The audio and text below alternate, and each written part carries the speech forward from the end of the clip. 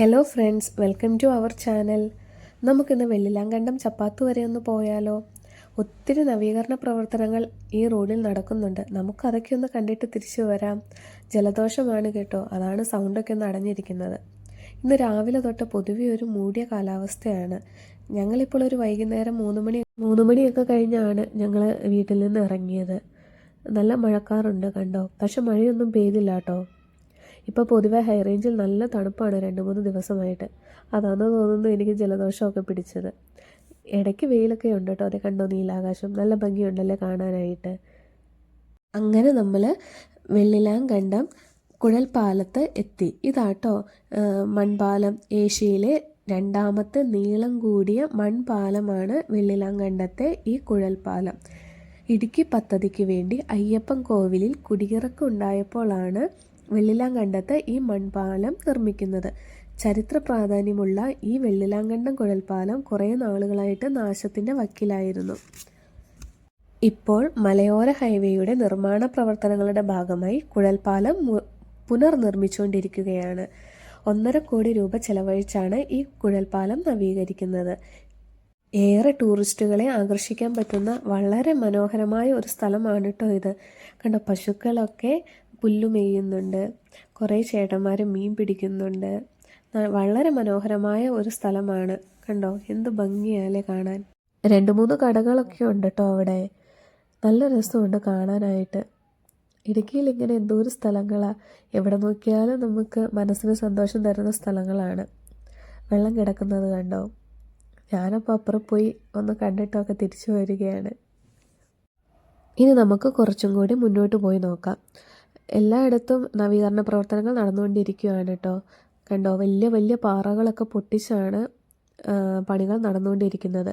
ഈ പണികളൊക്കെ തീർന്നു കഴിയുമ്പം അടിപൊളിയായിരിക്കും റോഡ് കാണാനായിട്ട്. നമുക്ക് പെട്ടെന്ന് തന്നെ കോട്ടയത്തേക്ക് എത്തിച്ചേരാനും സാധിക്കും.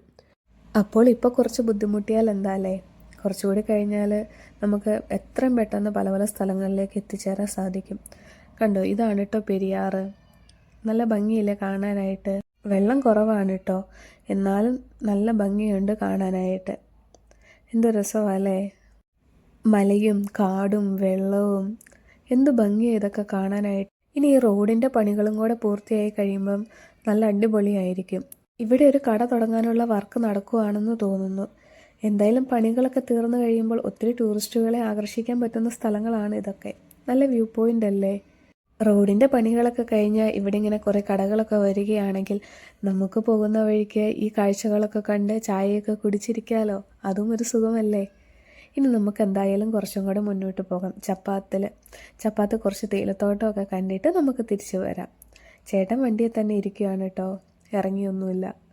നമ്മളെന്നും പോകുന്ന വഴികളല്ലേ, പിന്നെ നിങ്ങളെല്ലാം കാണിച്ചു തരാമെന്ന് ഓർത്താണ് ഞാൻ ഇറങ്ങി വീഡിയോ എടുത്തത്. നമ്മൾ ഏകദേശം ചപ്പാത്തൊക്കെ എത്താറായേ. ഫുൾ പണികൾ നടക്കുകയാണ്.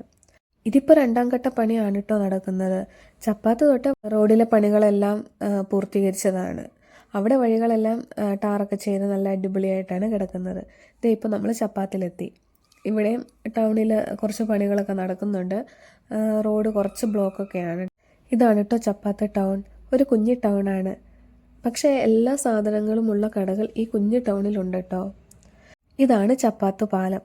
2018 പ്രളയത്തിൽ ഈ ചപ്പാത്ത് പാലത്തിൽ വെള്ളം കയറിയിരുന്നു. അന്ന് മുല്ലപ്പെരിയാർ തുറന്നു വിട്ടപ്പോഴാണ് ഈ പാലത്തിലൊക്കെ വെള്ളം കയറിയത്. എല്ലാവരും ന്യൂസിലൊക്കെ കണ്ടിരിക്കും. ഇത് ഇപ്പോൾ നമ്മൾ ഈ എസ്റ്റേറ്റിലേക്ക് കടന്നു കേട്ടോ. ഇത് കോട്ടയം റൂട്ട് തന്നെയാണ്. എന്ത് ഭംഗിയാലേ ഈ തേയിലത്തോട്ടങ്ങൾക്കിടയിലൂടെ ഇങ്ങനെ യാത്ര ചെയ്യാനായിട്ട്. വീഡിയോയ്ക്ക് കുറച്ച് ക്ലാരിറ്റി കുറവുണ്ട് കേട്ടോ. കാലാവസ്ഥ മൂടി നിൽക്കുന്നത് കൊണ്ടാണ് ഇച്ചിരി ലൈറ്റ് കുറവൊക്കെ ഫീൽ ചെയ്യുന്നത്. അല്ലെങ്കിൽ ഇവിടെയൊക്കെ നല്ല ഭംഗിയായിട്ട് കിട്ടേണ്ടതായിരുന്നു. ഞങ്ങൾ കുറച്ചും കൂടെ മുന്നോട്ട് പോകണമെന്നായിരുന്നു ഓർത്തിരുന്നത്. പിന്നെ കാലാവസ്ഥ അനുകൂലമല്ലാത്തത് കൊണ്ട് നമ്മൾ കുറച്ച് തേയിലത്തോട്ടത്തിൻ്റെയൊക്കെ വീഡിയോ എടുത്തിട്ട് തിരിച്ചു പോകുന്നു കേട്ടോ. ഇനി നമുക്ക് നല്ല വെയിലുള്ളൊരു ദിവസം പോയി. ഒത്തിരി വെയിലുള്ള ദിവസമാണെങ്കിലും നമുക്ക് വീഡിയോ എടുത്താൽ അത്ര ഭംഗിക്ക് കിട്ടത്തില്ല.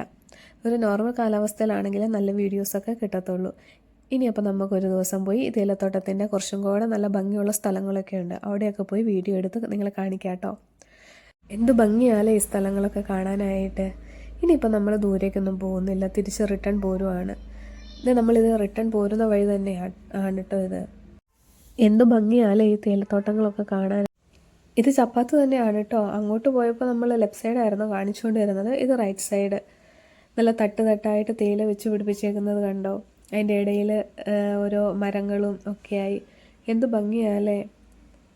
ഹൈ റേഞ്ച് എന്ന് പറഞ്ഞാൽ തന്നെ മലകളും ഏലവും കുരുമുളകും കാപ്പിയും ഒക്കെ തന്നെയല്ലേ. എന്ത് രസമാണ് ഇതൊക്കെ കാണാനായിട്ട്.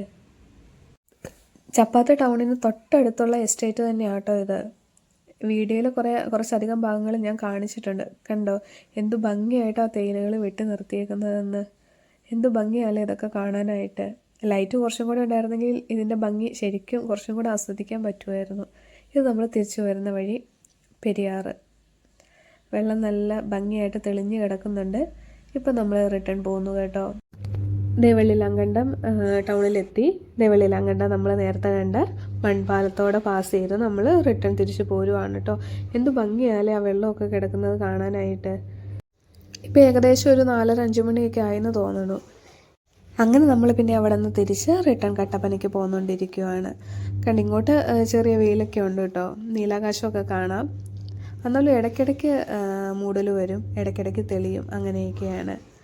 അങ്ങനെ നമ്മൾ ഏകദേശം ടൗണിലെത്തി. ഇനി എന്നാൽ ഒരു ചെറിയ ചായയൊക്കെ കുടിച്ചിട്ട് തിരിച്ച് പോരാന്നോർത്ത് നമ്മളൊരു ബേക്കറി കയറി. ഇടുക്കിക്കവലയിലുള്ള കൊച്ചിൻ ബേക്കറിയിലാണ് കേട്ടോ നമ്മൾ കയറിയത്. അവിടെ കയറി 2 ചായയും പപ്സും ഒക്കെ കഴിച്ചു.